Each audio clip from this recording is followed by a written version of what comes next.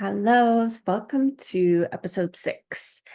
And this episode, I'm excited to talk to you all about tarot readings and how I do readings. Because the reason why I'm bringing this up is this past weekend, I was at a night market. I had my very first night market where I had a table and I was doing human design readings and tarot card readings. And it was a success. Like, I couldn't have asked for anything better for my first market.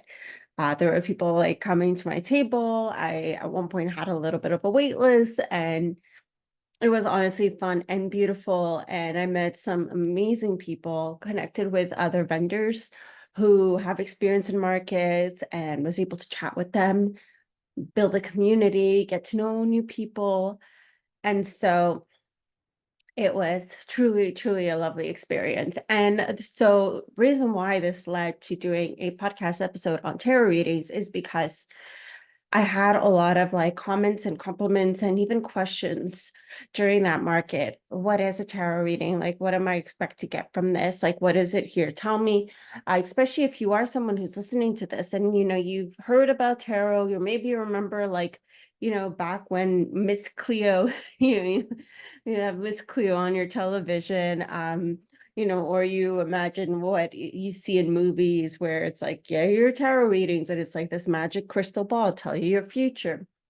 But it's not always necessarily like that. Each tarot reader reads differently. Everybody reads differently. Some connect with your ancestors and past loved ones, some read into the future, others, just everybody reads differently. Others are more spiritual based, some are more logical based. I think there's just so many different types. Some people tap into past lives, um ancestors. There's just all there's I mean, it's endless. And some get very clear visual, others get words popping up, some get questions, some get feeling. I think it is all depends on where each reader, what is their intuitive strength and what is their intuition, and which one of their clairs is the strongest when they do tarot reading. And so for me, the way I read it is very like an inner knowing. So I don't necessarily get visuals or get anything where I'm like, "Ooh, I see this in your future."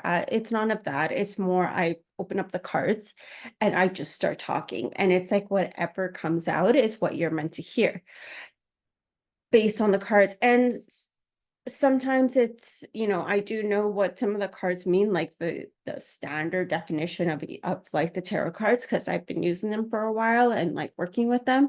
But sometimes I read the card and I'm like, it's not the standard definition of what they need to hear. It's actually something completely different. Or sometimes it depending on what the card before or after comes through, and it will just totally change the whole um reading based on that. So as much as you can Google, like, what does the lovers mean? What does the death card mean? What does two of pentacles mean?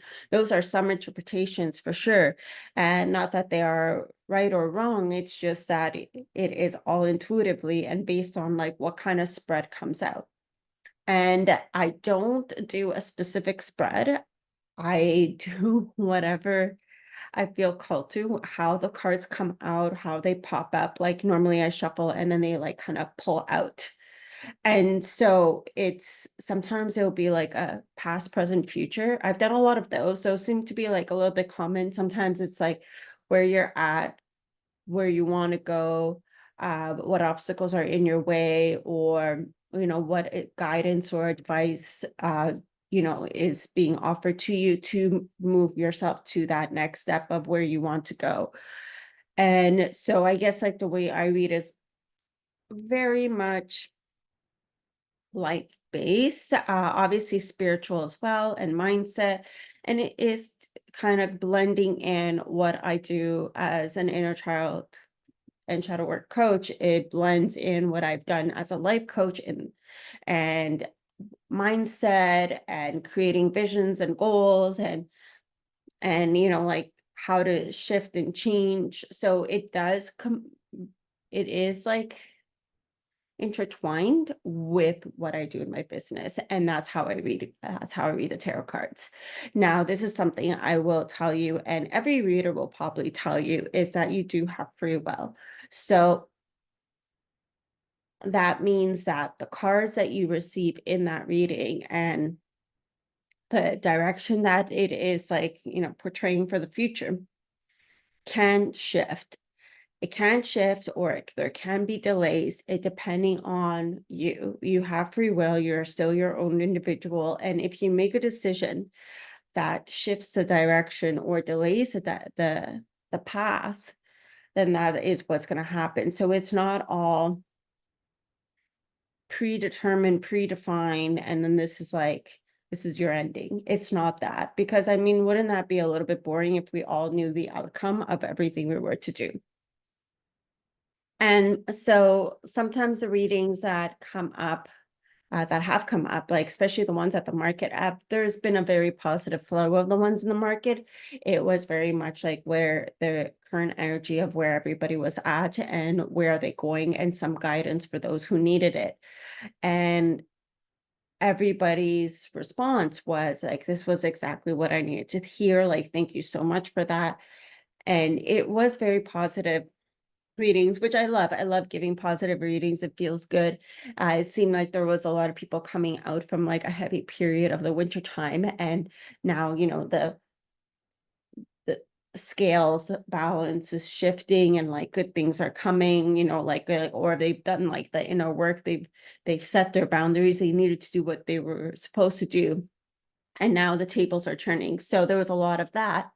And a lot of people saying, thank you so much. I needed that confirmation, because sometimes we don't receive that, right? We go through life day to day. We're doing our best. We're always doing our best. And even though sometimes it's not perfect, sometimes it's messy, but we're trying. And, we might be setting some boundaries. We might be speaking our truth in some ways. We might quit that job that we're unhappy, or maybe be like sticking around, but thinking we might leave it soon. And then you have someone saying, like, you've been doing good. You've been like doing what you're supposed to be doing. You're exactly where you need to be. And it's all going to work out. It's all going to be okay. Here's some things for you to continue to focus on.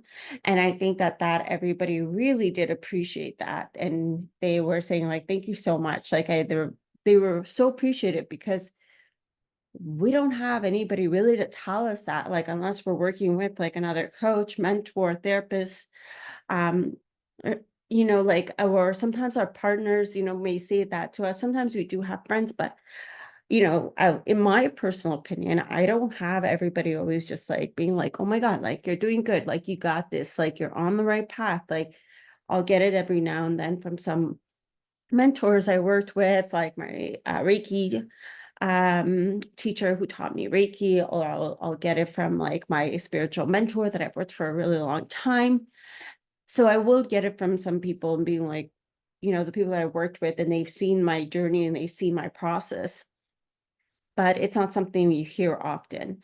And if you're not actively working with a mentor or a life coach or a therapist, then you hear it even less, right?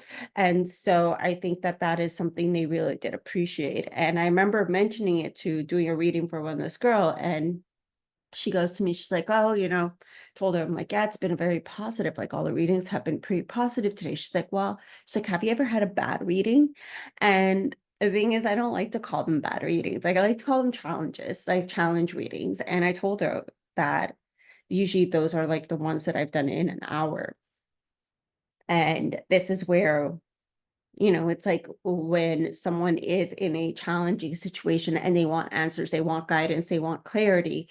And that is what, like, if you have been thinking about doing a reading with me and you're unsure of a certain area in your life, or what to do, where to go, whether it's like your love life, like maybe you're single and you want to manifest bringing that person in your life, or maybe you are at a job you're not happy with and you want to shift or switch, or maybe it's spiritual and you want to work on yourself and you don't know where to start, what to do. Those kind of readings on how, you want to get better, or sometimes, you are in a situation where you are stuck and you don't know the next steps, you don't know the path. Like maybe that is in relation to your business, or maybe in your actual relationship. Like maybe there's something that isn't working and you want to work it out. And so these kind of readings, it is best to do them in an hour, because in an hour I can sit there, I could pull more cards, I can really get into the depth of what is going on. And so I can give you tools and guidance and steps and journal prompts or meditations, like of where you can go for that next step. I can show you a different perspective of how to look at your situation. And that is what comes up in these cards. So as we read, and then you have more questions, the more questions you have, the more I pull. And then it's like, we get more and more clarity. Like I remember I did this one reading for a friend of mine, and, she knew she needed to make this decision, and she knew that decision was a yes, but there was still like something holding her back. And so she's like, do we just to get the confirmation? And once we realized the confirmation, then she wanted more information about this next step. Like, okay, like what should I do when this happens, or if this were pop up, and then we just got more in depth and she got the clarity she needed. And so those are like, when it comes to challenges, like that is the kind of readings that I do. And sometimes the cards are a little like honest and harsh, but maybe it's the truth that you would need to hear. Maybe, that is like that seed that gets planted. Um, and I know that, I've had readings where people have been triggered, and I tell them, like to sit and process and hold that space for themselves, because that does happen. Sometimes the cards are like, hey, it's what we want to say. And I am a Scorpio, and again, I just, it just all comes out. Whatever happens comes out. So that is like some of the stuff that you would expect in a tarot reading with me. Again, everybody's different. I do like to also, sometimes I play with not just tarot cards, but I'll throw in the oracle cards, and oracle cards are definitely a lot different. They're a softer approach. The tarot cards can't be a harsher approach in some cases, depending on which deck I use. Each deck I have has a different vibe to it. And I know one deck is like, it likes to be used like for business style readings or work related style readings. There's another deck that is like more like fun, like my Alice in Wonderland deck, that is like whimsical, it's fun, it's a very like fun and flirty kind of vibe. Um, and then I have like some other ones that are more like love related.